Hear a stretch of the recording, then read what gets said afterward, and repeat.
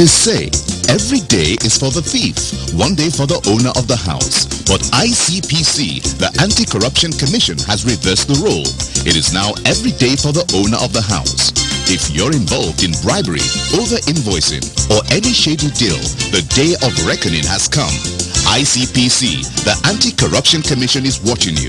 If you're reported for any corrupt practice, you'll be investigated, prosecuted, and punished. Corruption is harmful to our nation. Join the campaign against it by reporting any corrupt practice to ICPC, the Anti-Corruption Commission. Let we join hands with ICPC, make them better. Let's make Nigeria great again. ICPC, they want you. Come on, for corruption. Break the chain of corruption now. Don't give, don't take. This message is brought to you by ICPC, the Anti-Corruption Commission. Hello viewers, welcome to your must-watch program, Corruption Must Go, ICPC's weekly television program. My name is Murna Barnabas Atiaye, your anchor. Corruption has made its way into many aspects of our lives.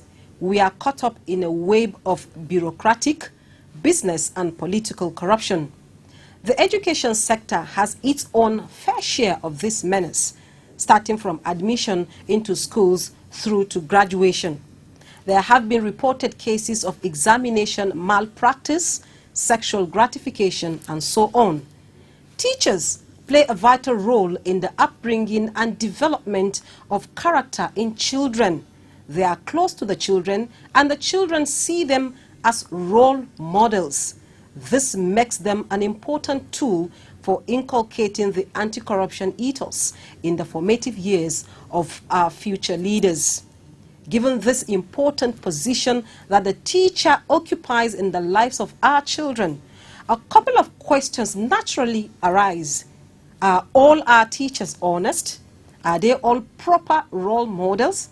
This is our area of focus on today's episode of the program Corruption Must Go, a production of the Public Enlightenment Department of ICPC. Also today, we have a segment on Know the Corrupt Practices and Other Related Offences Act 2000. We have anti-corruption stories, infographics, and many more. But first, let's join Ruth Awodi with the latest happenings in the war against corruption. It's over to you, Ruth. Thank you, Mona. Welcome to this segment. The Provost of the Anti-Corruption Academy of Nigeria, ACAN, ICPC's research and training arm, Professor Shola Akinriade, has said that the Commission is set to launch the first edition of the Nigerian Journal of Anti-Corruption Studies. Professor Akinriade made the revelation recently in Abuja during a courtesy call he paid to the Group Managing Director, GMD, of the Nigerian National Petroleum Corporation, NNPC, Dr. Maikanti Baru. The Provost said that the first edition of the journal is expected to be published by the middle of 2017, and it is hoped that it will enhance policy-oriented research as well as publications which would in turn help in the formulation of the knowledge-based policies.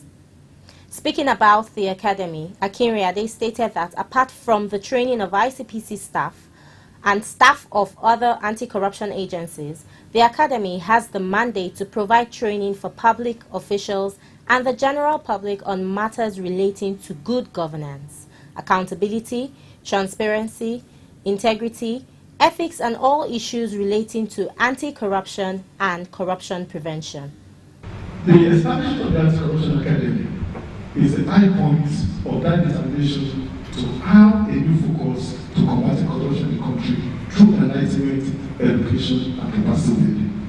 It's not something that the ICPC can do on its own, not even with the EFCC or the Commonwealth. It is something that all of us together can do. And we think that in terms of importance to the national economy, who better to partner with than the NNPC? Thank you very much.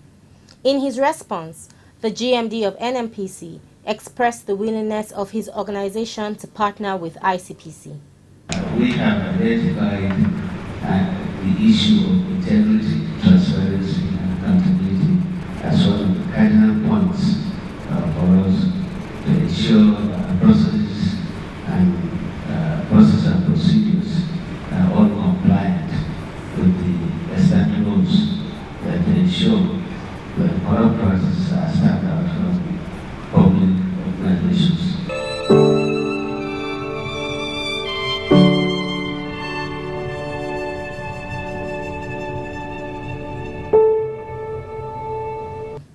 A member of the Cross River State House of Assembly, Dr. Mrs. Itam Virginia Abang, has failed in her bid to get the Federal High Court, Calabar, to stop ICPC from investigating her for alleged corrupt practices and abuse of office.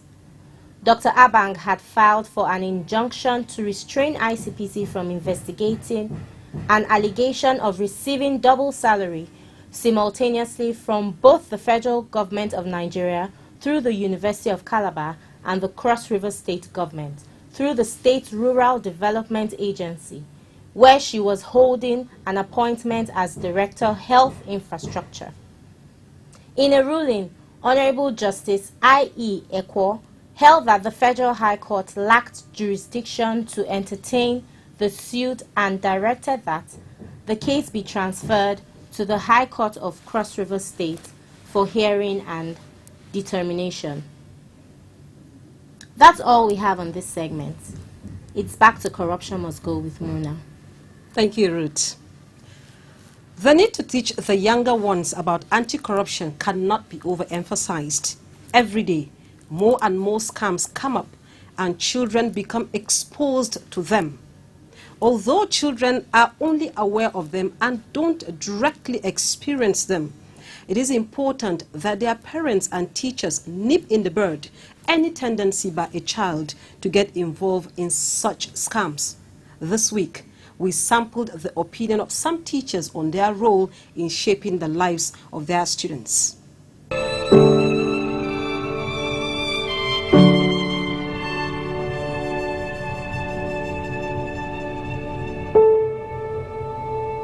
As we all know, the teachers, they have a very serious role to play, because from this onset, from when the child is born till the child becomes an adult, he has to go through education.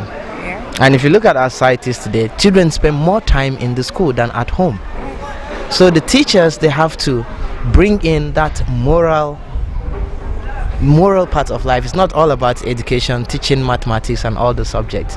They have to put that godliness in the children, and the fact that they have to, they have to know what it means to be someone of integrity.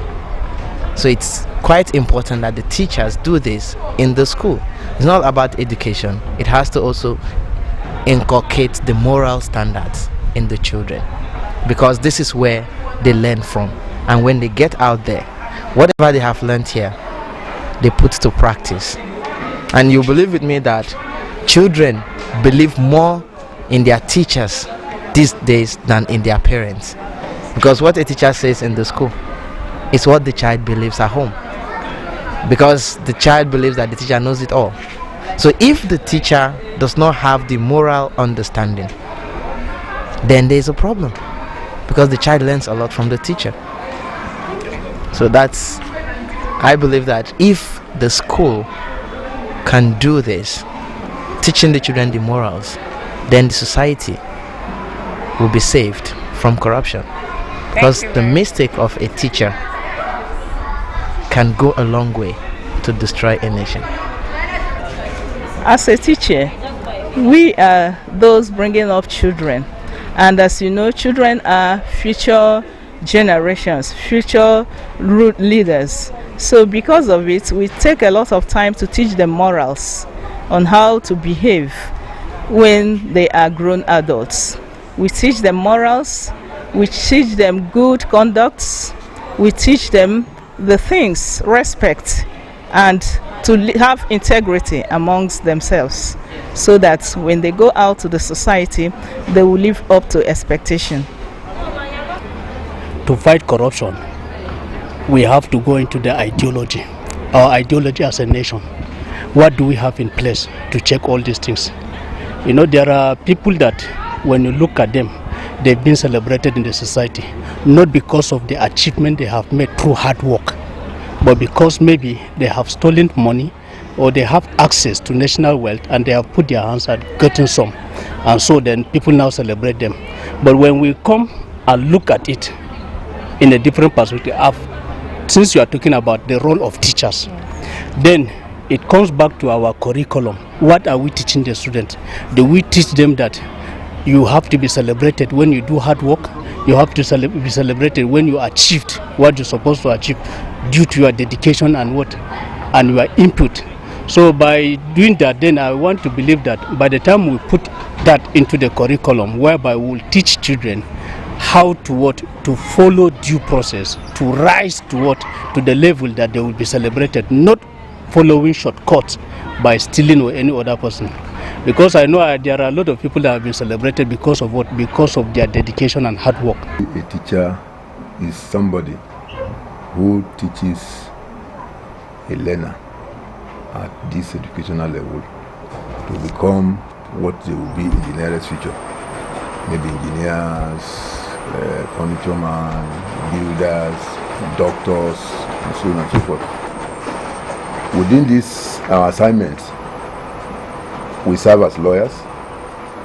When students have problems amongst themselves, we judge them, at least we listen to them, to both sides, and judge accordingly, so that the two parties will not be favored or maybe disfavored, something of that nature. As a teacher, we counsel students.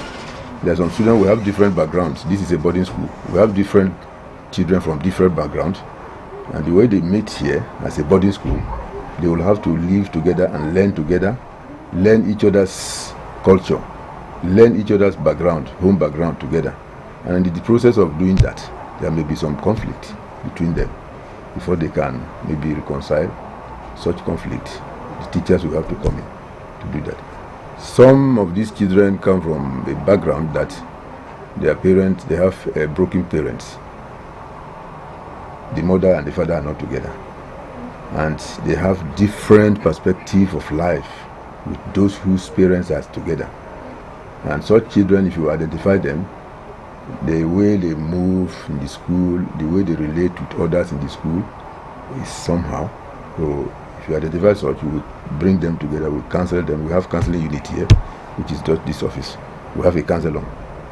So we, all the teachers, if you pass through education as a teacher, you must have tasted that counseling course, that as an individual teacher, you should be able to, at your own level, counsel a child. Apart from the fact that we have a main professional counselor. So as a teacher, we can counsel child, we can mentor them on how they go about their lessons to, at the end of the day, to come out with flying colors.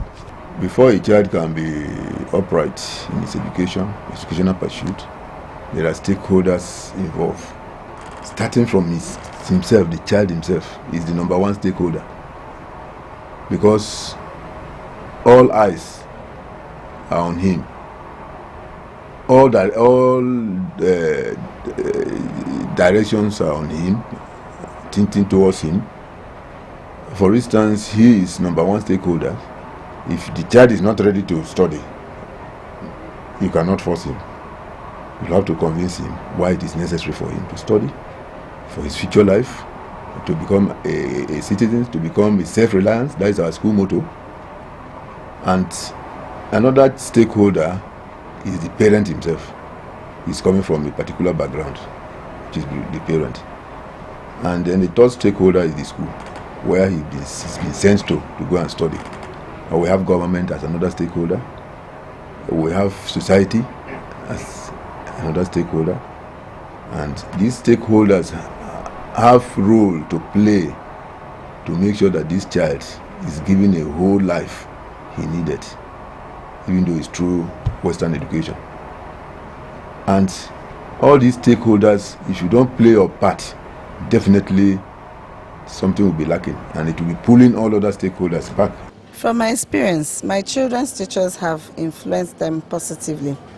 I've had instances whereby my child would act in a certain impressive way, and when I tried to find out why she did that, she would say things like, my teacher did this or my teacher spoke in this way. So yes, I think teachers, in fact, I believe teachers are role models to their pupils and students. Teachers are a very good model for the children. You know, the teachers, including the parents, the children spend most of their time with them. And at the same time, these teachers are the one imparting knowledge, imparting behavior and character on them. Definitely, if we are to talk of those who imparted on children, these particular people, the teachers, they play a very important role.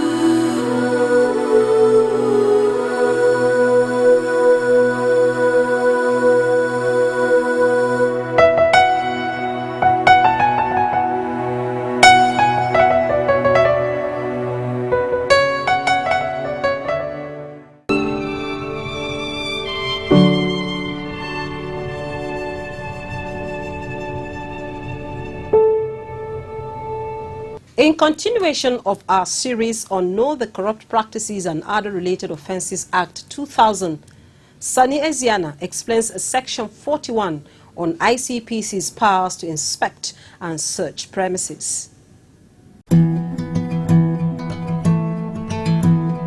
Section 41 of the ICPC Act deals with obstruction of inspection and search.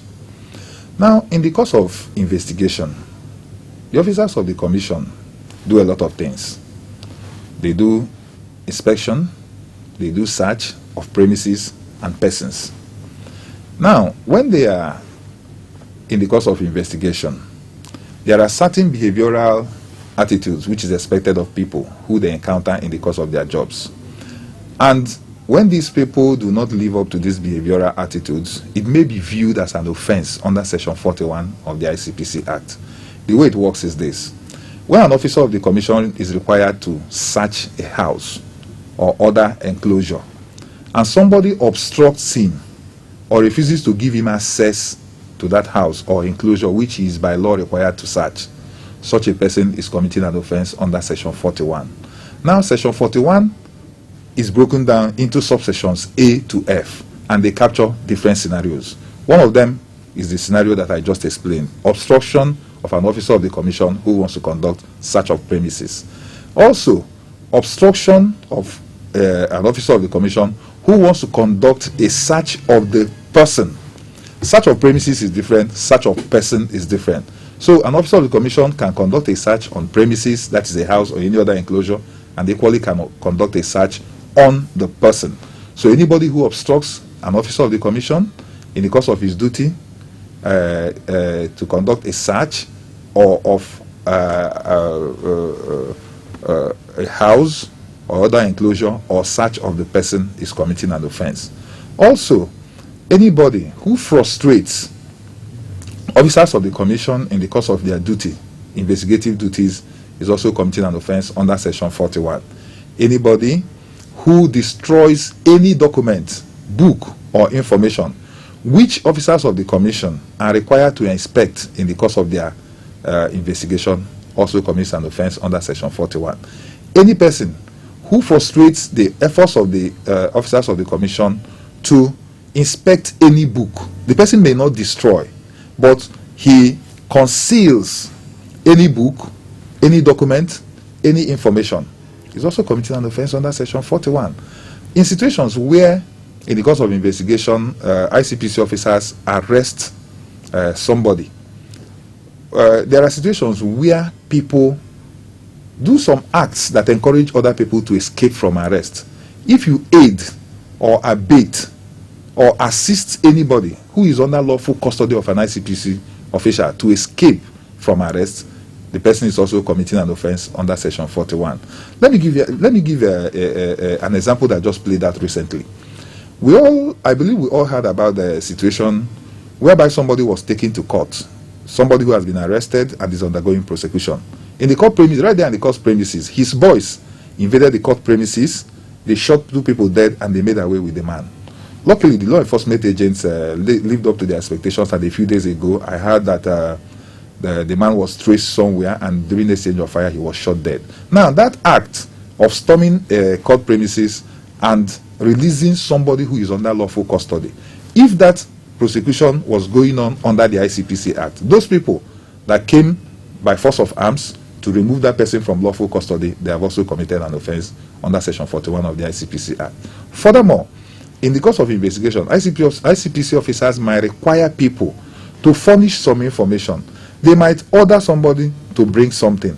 They might make a lawful requirement from somebody. They might make a lawful demand from somebody.